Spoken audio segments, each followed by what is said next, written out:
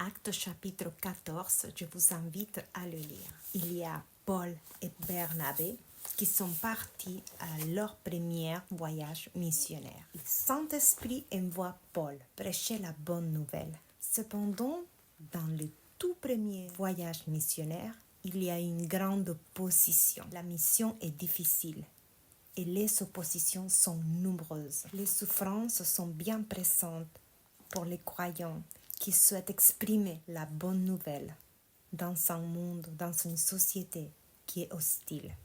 Ce qui est intéressant, c'est qu'on peut se dire bien comme c'était le Saint-Esprit qui a envoyé Paul. Du coup, il ne devrait pas y avoir de l'opposition puisque c'est Dieu qui l'a envoyé. Il a été envoyé par le Saint-Esprit, donc tout devrait couler comme du beurre. Sauf que ce n'était pas du tout le cas. Nous voyons dans cette histoire beaucoup d'obstacles. Ils voulaient tuer Paul et Barnabé. Ils ont jeté des pierres à Paul à tel point qu'ils ont cru à un moment donné qu'il était mort et ils l'ont tiré jusqu'à l'entrée de la ville. Donc imaginez-vous les niveaux d'opposition. Pourtant, Paul, il était envoyé par le Saint-Esprit. Ceci nous aide à comprendre et à prendre conscience que même si nous sommes envoyés par Dieu, même si nous sommes envoyés par le Saint-Esprit, dans notre mission, dans notre appel, nous allons avoir des obstacles. Nous allons rencontrer de l'opposition, rencontrer des obstacles. Même si tu es envoyé par le Saint-Esprit, même si ton rêve est aligné au cœur de Dieu, tu vas rencontrer des obstacles. Le fait d'être envoyé par le Saint-Esprit, d'être sûr que nous sommes envoyés par le Saint-Esprit, le fait d'être sûr que nous sommes en mission, n'épargne pas les processus, n'épargne pas tous les obstacles qui nous devenons pendant le processus.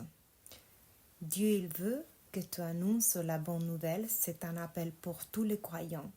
Mais il veut aussi que toi, tu grandisses, que toi, tu portes des fruits et que tu continues à mûrir en tant que chrétien. Et ceci, tu le fais dans ton processus rempli d'obstacles.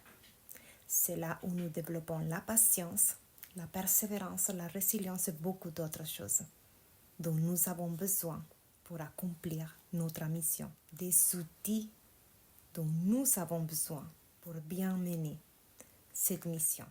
Donc, inspire-toi de Paul et ne te décourage pas. Paul n'a pas dit « Oh, il y a beaucoup d'obstacles, j'abandonne ». Non, Paul, il était sûr que le Saint-Esprit l'avait envoyé.